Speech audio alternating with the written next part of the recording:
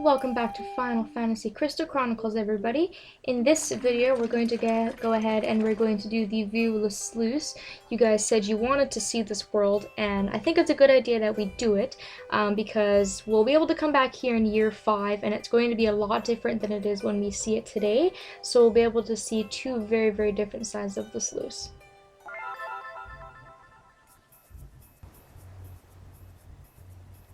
Long ago, peace returned to this tumultuous land, and Lilties kept the highways safe. At long last, travelers walked the roads without fear of monsters. The Yugs constructed a great sluice to channel water down from Lake Shala, transforming Jagan Creek into a great river. Over time, the Jagan turned the vast plains of Fung into farmland, thereby providing food to people the world over. To us, this sluice is more precious than anything.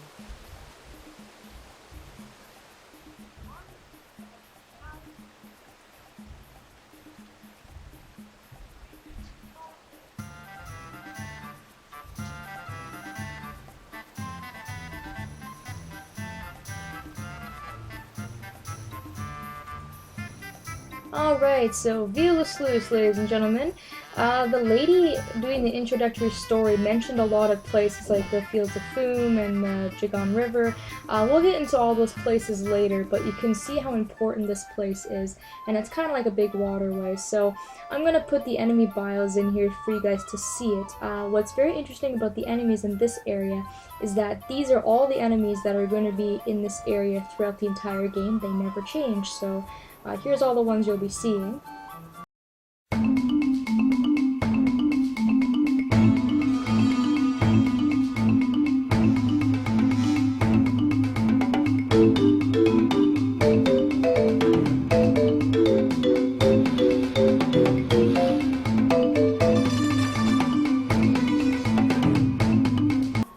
You can see there's a wide variety of them, and we'll run into very, very many enemies. There's lots of mobs and things like that in this area, so look forward to that. Another thing to note, I'm not going to pick that up because I've got about 30 million Phoenix down, is that I'm not very good at explaining this area for whatever reason. It's very circular and there's lots of places to go, and it can be a little bit confusing, so just bear with me, I'll try my best. The big noticeable thing, as soon as I take care of this lizard, who interrupted my sentence, thank you for being rude, and also the toad, because he's here too, thanks for being rude as well. The good spell to use against the lizardmen is ice. Ice works really, really well against them. I think fire works really well on the toads, if I do not recall. If not, it will be on the enemy vials I just put in there. Anywho, you'll see these staircases that you can go down, but there's water in your way and you can't actually fully go down in here. And you'll see a chest that's mocking you, and you can actually grab the chest. That's going to be the difference between this year and the next time that we come back.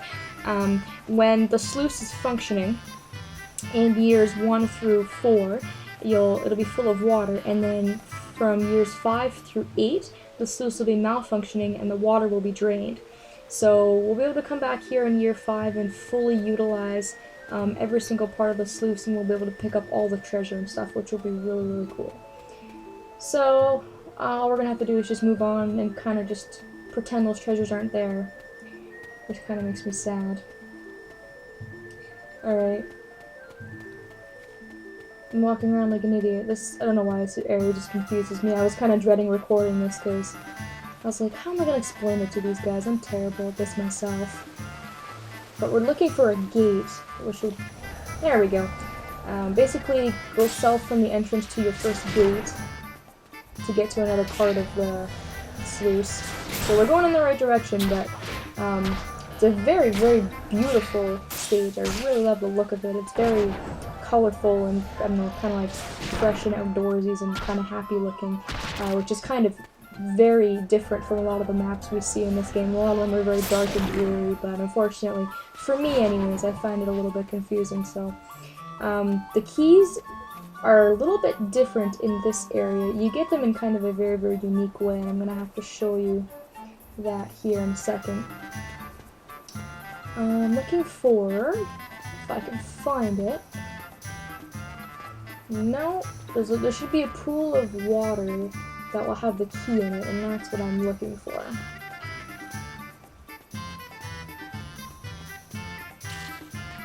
Right there. That's what I'm looking for. See that little dark pool of water there? That's where our key is going to be. So enemies don't drop keys in this area, you actually have to obtain them yourself, and the way that you actually obtain them is rather unique and a little bit dangerous actually. So I'm gonna go ahead and kill this toad because he's annoying. It almost looks like he has like 4 eyes, like the cheeks are like eyeballs. It's kind of creepy actually. This little item here that the toad dropped, this is called a Mark of Shella. And if you're not a Uke and they don't let you in because you're not a Uke, because they're racist, what you can do is you can come to the sluice and you can pick up a Mark of Shella, a talisman required for entry into the village of Shella. So basically, if you have this item in your inventory, what I could do right now is I could leave, I could give this to the Uke at the start of the village and he would let me in. I'm going to go to Shella probably in the next cycle, just because a lot of the stuff that you'll find in that town is expensive and we don't have many supplies and, you know, all that yada yada yada. So what you're going to do is place your chalice on the switch and you'll see that the key will come out and it will usually be outside of your quote-unquote safety circle. So I'm going to show you guys what happens if you step outside this circle. You'll see that I will take damage. So that's kind of why it's risky to get the keys in this area, because you'll have to step outside of your little circle in order to actually get your keys. So keep that in mind, make sure to heal before you go out and after you come back, if that's a huge concern to you. I'm going to take this key and place it in there. Let's go ahead and here, just for the heck of it. And we'll go down here. We'll go to the southernmost part of this area. More lizardmen. I like lizardmen because they're kind of like fodder. They're really kind of weak for the most part, especially the mages, because you can just very easily avoid them and then just kick their butts, and they're not going to do anything back to you because they're casting spells, which is kind of nice. And then you've got the Gigantoads, and you'll see the Griffins are also kind of a strong type of enemy in this area. On this hill here, we can collect another artifact, a drill. And then there should be another treasure over here. It's kind of hiding in the corner. A little bit difficult to see. That's a cure stone. I'm not going to pick it up. And this ladder down here, or the staircase I should say, we can't go down there. Phooey. And then we'll be coming up on another gate soon, which will lead us, this one here, which will lead us back to the area we were just in. This is kind of like the southern part, and all these gates pretty much act as shortcuts. So, there we go. Don't even have to step out of our circle for that one, that's nice. Drop that in there. We're not going to go through that gate yet, but I figured I would grab the key first, because there's one more treasure I want to grab. And it's down this way here. And you have to walk a really, really long way. At first you might think that this is, you know, like surrounded by water, but this is actually kind of like a really, really nice kind of like a dike or waterway or something going in between the water channels. It's really beautiful, actually. I really, really love the effects of the water in this game. It just looks so like crisp and clear and just very, very, I don't know, clean and, you know, very, very awesome. So, yeah, it's... Why do I keep missing? Come on. It's a very, very nice kind of effect that they did. These ice bombs, I think this is the only ice bomb in this world, actually. Just like with the fire bombs, if I touch it, first of all, I'll get frozen. But if you destroy it, it's going to explode. So make sure to back away. And if you have any enemies nearby, you can use that to your advantage to freeze them or do some damage or something, which is pretty nice. These toads, again, aren't very difficult to defeat. It's just that they are spell users as well, so if you stay your distance, you'll be able to easily defeat them with focus attacks or spells or something, which is really, really nice. That's pretty much the only chest left in this little southern area, so we can go back to that gate. I should heal up as well. You'll see that even though we haven't really been able to get some of the chests that are in the water, this area still has a great deal of chests, which is really, really nice. They don't really rip you off on chests, which is really cool. Now, before I go north, you'll see that over here there is another gate. The gate on the right side that we entered from, and then there's also this gate on the left. There was nothing over on the left side, so I didn't bother going over there because I didn't want to confuse everybody or myself. So this gate and the one we entered through will go to the same area, and there's no chests over there that I missed. Of course, when there's no water, you can come down here and get another chest, but alas, we cannot do that. So actually, as a matter of fact, we're almost done with this world, which is actually really cool because that last gate there is going to be the boss gate. And we've only got a few more enemies to defeat, some more chests to collect, get our Moogle home, and then we should be done. So, really, really short world now that I think about it. It kind of feels long when you're playing, especially if you get lost. But yeah, it's really short. It will be longer the next time we're here though, because we'll have more stuff to collect and all that, so that'll be kind of cool.